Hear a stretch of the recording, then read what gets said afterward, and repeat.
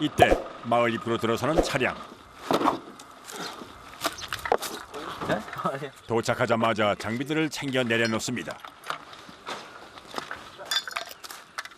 뭐 하시는 분들이길래 이렇게 장비가 이렇게 많아요? 아, 저희는 나무 치료하는 사람들. 보호수나 천연기념물 등 크고 희귀한 나무들 있잖아요. 그런 거 치료해주는 사람들이. 나무가 썩거나 상처가 나면 누가 돌볼까요? 바로 나무에 대한 모든 것을 치료하고 관리해주는 나무의사란 직업이 있습니다.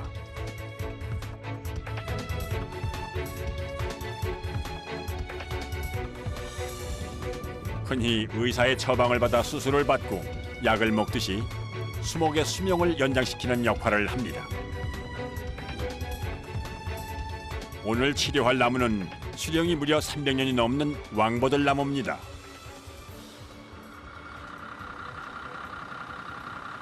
원장님 지시해주면 나무의 상태를 유심히 살피기 시작하는 이규범 나무의사. 모든 나무는 물을 좋아하지만 물이 이런 식으로 과다하게 고여 있으면 그 속에서는 숨을 쉴 수가 없어요. 그래서 이쪽으로 온 뿌리들이 죽으니까 이쪽으로 온 가지들이 죽은 거예요. 그렇게 지금 추정이 됩니다. 안타깝지만 죽은 가지는 이제 걷어내주고 상처 부위에 외과 치료를 해주고 그러면 건강하지는 않지만 장기적으로 사는데 치료를 하게 되면 잘 살 수 있을 것 같아요. 나무의사의 진단 결과 줄기에 난 상처 치료와 썩은 부위를 제거하는 외과 수술이 결정됐습니다. 아무쪼록 무탈하게 작업이 끝날 수 있기를 바라며 보호수 나무 아래 고사를 지내는 작업자들.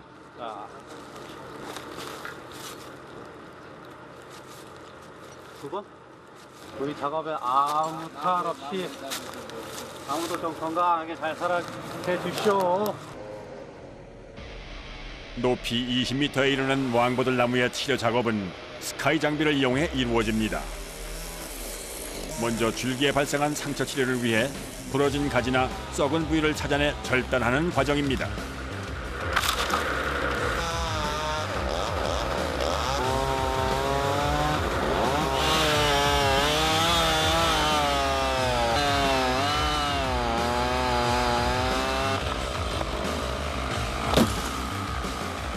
이 죽은 가지는 별로 나무에 이제 도움이 되질 않아요. 제거를 해줘서 나무가 저쪽 살아있는 부분이 더 잘 살 수 있게끔.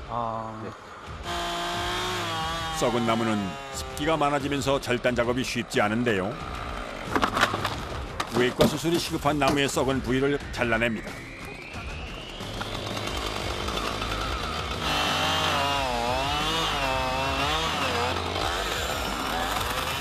수백 년 된 거목은 줄기가 바닥을 향해 자랄 경우 지탱할 수 있는 힘이 부족해 제거해 주는 것이 좋은데요.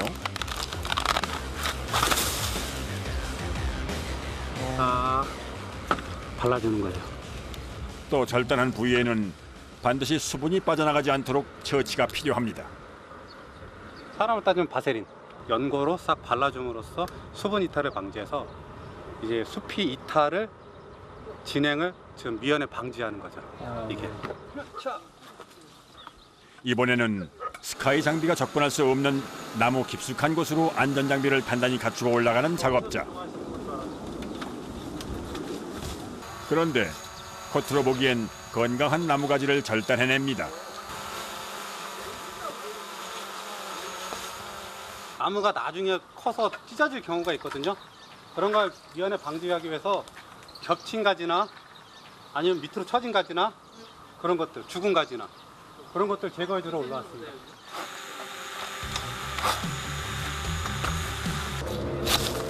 그리고 가지가 얽힌 상태로 자라다 보면 햇빛을 차단하기 때문에 꼭 필요한 작업입니다. 이렇게 가지를 제거하고 난 후에는 반드시 수분 이탈을 막기 위한 도포제를 꼼꼼히 발라줍니다. 아니야, 기다리세요. 가지치기 과정이 끝나고 이제 외과 수술이 필요한 부위를 살펴가며 또 다른 작업을 이어갑니다. 여기도 돌이 있나 보다. 썩거나 상처가 깊은 나무는 단단히 굳게 되는데요. 때문에 제거하는 과정도 쉽지 않습니다. 여기를 다시 이제 우리가 외과 수술로 막아줘야지. 안 그러면 여기가 물이 고여서 이쪽으로 물이 침투해요. 물이 고이면 썩게 되고 썩어서 이제 동공이 생기는 거죠. 그럼 여기로 인해서 아까 보셨듯이 이쪽 구멍이 또 생겨버리고 여기도 이렇게 생기고 이쪽도 그렇게 생겨요.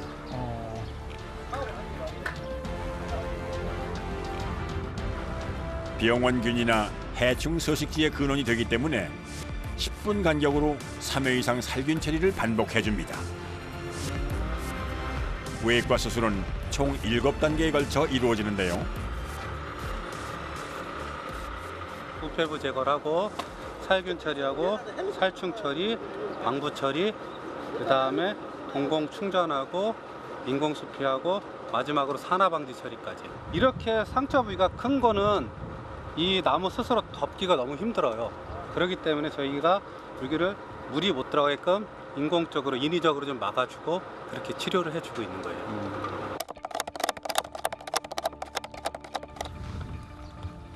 공기 접촉을 차단하기 위해서는 충전을 해야 하는데 과거 시멘트나 흙을 충전에 사용했지만 부작용이 발생하면서 최근에는 우레탄 충전법을 주로 사용합니다.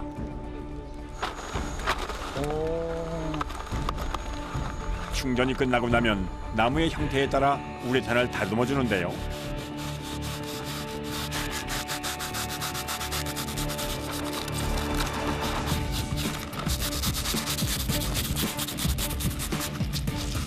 여기 나무하고 이 우레탄 폼하고 이어지는 부분, 여기를 제일 깔끔하게 해줘야 돼요.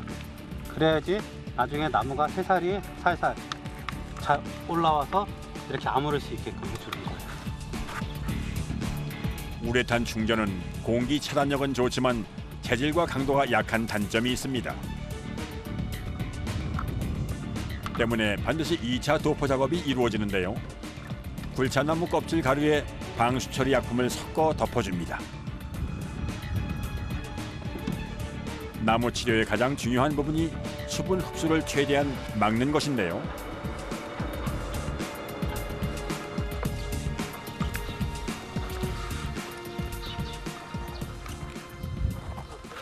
이런 실리콘으로요, 산화 방지 처리라고 이렇게 해놓으면 햇볕에 조금 강하고, 그리고 이제 여기 위에다가 검정색으로 마무리 콜크를 한 번 더 입힐 거예요. 그렇게 하면 나무 숲이와 색깔도 비슷하고 이질감 생기지 않게. 외과 수술의 마무리는 수술한 부위가 눈에 띄지 않고 잘 썩지 않게 방수 기능을 해줄 굴참나무 껍질 가루를 덮어줍니다. 다 끝난 거예요? 예, 여기는 이렇게 하면 이게 마무리입니다. 오늘 치료를 시작으로 꾸준한 관리가 필요하다는 진단 결과가 내려졌습니다. 외과 수술로 상처 부위가 원상태로 돌아갈 수는 없지만은 더 이상 상처 부위가 진전되지는 않을 겁니다. 나무가 죽거나 훼손되는 건 금방이지만 살리는 건 보통 어려운 일이 아닐 텐데요.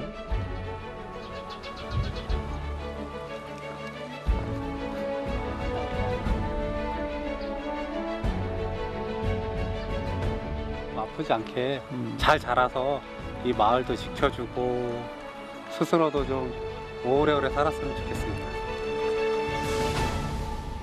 충청북도 음성군의 한 마을. 이곳에도 오래된 나무 한 그루가 자리하고 있습니다. 여기서 딱 하는 거지. 여기 무슨 일 오신 거예요? 아, 예, 이거 나무 치료로 왔습니다. 나무 치료요? 예, 물풀의 나무. 네. 예, 요것 좀 치료로 왔습니다. 상처가 심해가지고. 겉으로 보기엔 초록빛깔의 울창한 나무가지들로 건강해 보이는데요. 대체 어떤 문제가 있는 걸까요? 좀 더 가까이에서 살펴보니 나무 표면에 구멍이 굉장히 많습니다. 상처의 원인이 궁금해지는데요.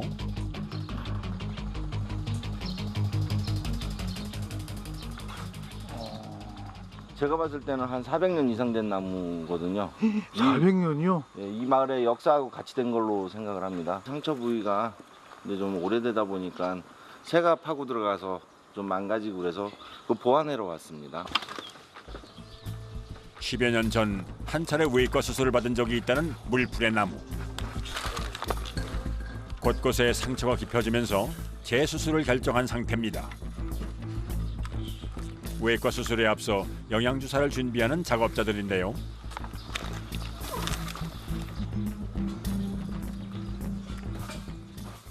파란색 나는 거는 식물 호르몬인 옥신이고요.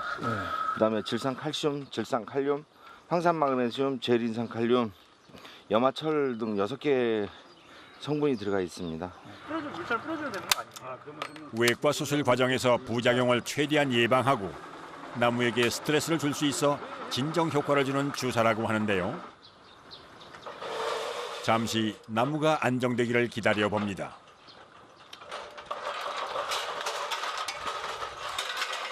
가지나 잎을 많이 자르니까 나무에 상처가 많이 가지 않습니까?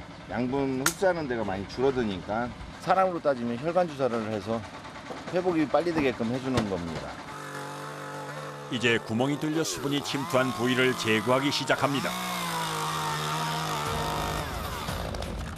노고돼가지고 이제 다시 이제 싹 벗겨내고 다시 이제 처음부터 다시 이제 육가수술 작업을 하는 겁니다. 우레탄으로 충전해 막아줬던 부위를 뜯어내기 시작하는 작업자. 조금씩 뜯어내자 나무 내부에 숨어있는 해충과 썩은 부위가 그대로 드러납니다. 급기야 물기가 침투해 상처가 더 깊어진 상태라고 하는데요.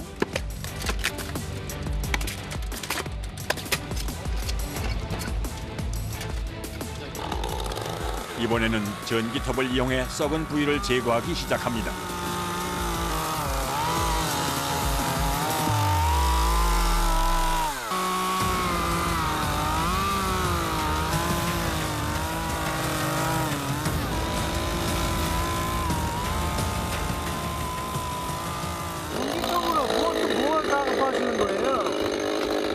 이제 그 손이 안 닿는 부분 있죠, 좁은데 이런 데 지금 썩은 거 좀 파내고 있습니다. 썩은 걸 파내요? 예, 그걸 왜 파내요? 부패되니까 더 이제 확산되지 말라고 이제 마른 나무 나올 때까지 이걸 파내고 있습니다. 외과 수술 과정에서 가장 중요한 작업인 부후부 제거 과정은 나무 의사의 진단과 처방에 따라 그 정도가 결정됩니다. 나무 의사들의 작업 과정을 유심히 살피며 일손을 보태는 또 다른 작업자. 원형으로 다 보존을 하고 있었거든요. 초등학교 다닐 때는. 그래갖고서는 이 속 안에 이제 이 가운데만 구멍이 뚫려서 이 속 안에 들어와서 놀다가 나가고 여기 숨고 그런 기억이 있는데 마을에 제일 복판 제일 위에 원한 자리에서도 이렇게 크게 클 수 있다는 자체가 귀한 나무가. 마을 주민들의 유년 시절 추억이 고스란히 남아있는 곳 때문에 모든 작업이 허투루 되질 않습니다.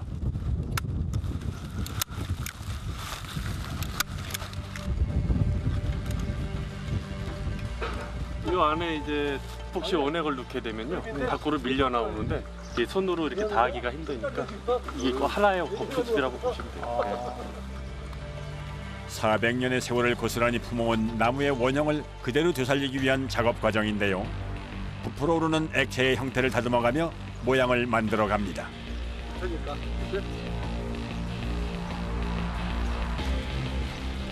손으로 계속 잡고 있어야 되나 봐요. 여기 밖에서 이렇게 밀어주는 압력으로 이 나무 안쪽에 요철 부분까지 다 밀고 들어갈 수 있게끔. 붓고 누르는 과정을 반복하며 약 1시간에 걸쳐 상처난 부위를 감쪽같이 메웁니다. 나무의 외과 수술은 1970년대까지는 시멘트나 흙으로 충전하는 것이 고작이었는데요. 이후 시멘트 부작용이 알려지면서 우레탄 충전법이 널리 사용되기 시작했습니다. 하지만 우레탄 충전 후 표면이 약하고 물이 들어갈 위험이 있어 2차 방수 처리가 꼭 필요한데요. 방수를 하고 그다음에 인공 수폐하고 산화 처리까지 할 예정입니다. 오늘. 네, 그게 이제 우리 애과 수술의 과정입니다. 마무리 과정. 사다리를 타고 나무 위로 오르는 작업자. 이번에는 방수 처리를 위해 단단하게 굳은 우레탄 위에 에폭시 수지를 발라줍니다. 접착력이 좋고 조직 속에 깊숙이 스며드는 장점이 있지만 석유 화합물이기 때문에 작업 시 주의가 필요합니다. 인공수술 받아요. 아, 들어오셔야지.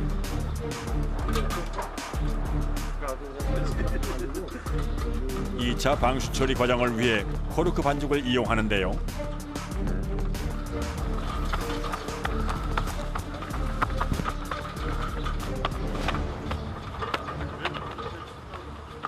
뭘 또 바르세요? 지금 인공수피하는 과정입니다 이게. 인공숲이요? 예예. 우레탄이 얇잖아요. 이 인공수피를 하게 되면 단단히 근데 말르면요. 그러면 이제 병해충, 그냥 벌레라든지 균이라든지 그걸 방지하기 위해서 지금 또 하는 작업입니다 이게. 잘 받아.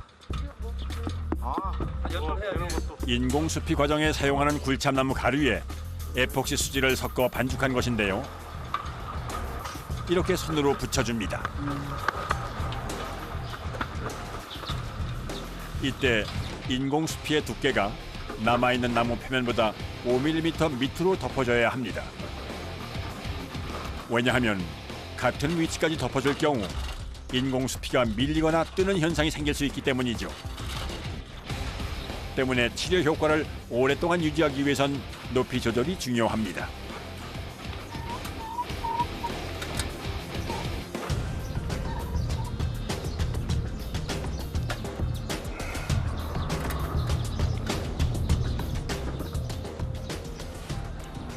햇빛에 이게 또 산화가 돼요. 햇빛에 광선을 많이 쓰면 이제 콜코가 펴버려가지고 이걸 이제 방지하기 위해서 실리콘 처리를 하는 겁니다. 나무 의사들의 꼼꼼한 수작업으로 하루가 꼬박 걸린 외과 수술. 치료는 잘 끝난 걸까요? 이런 콜코를 이렇게 우리 색소로 해가지고 이렇게 만들었습니다. 그래도 나무 멀리서 보면 나무하고 이 치료한 부위가 그래도 거의 흡사하게 이렇게 좀 색깔을 좀 낸 겁니다 저희가. 네, 잘 됐습니다.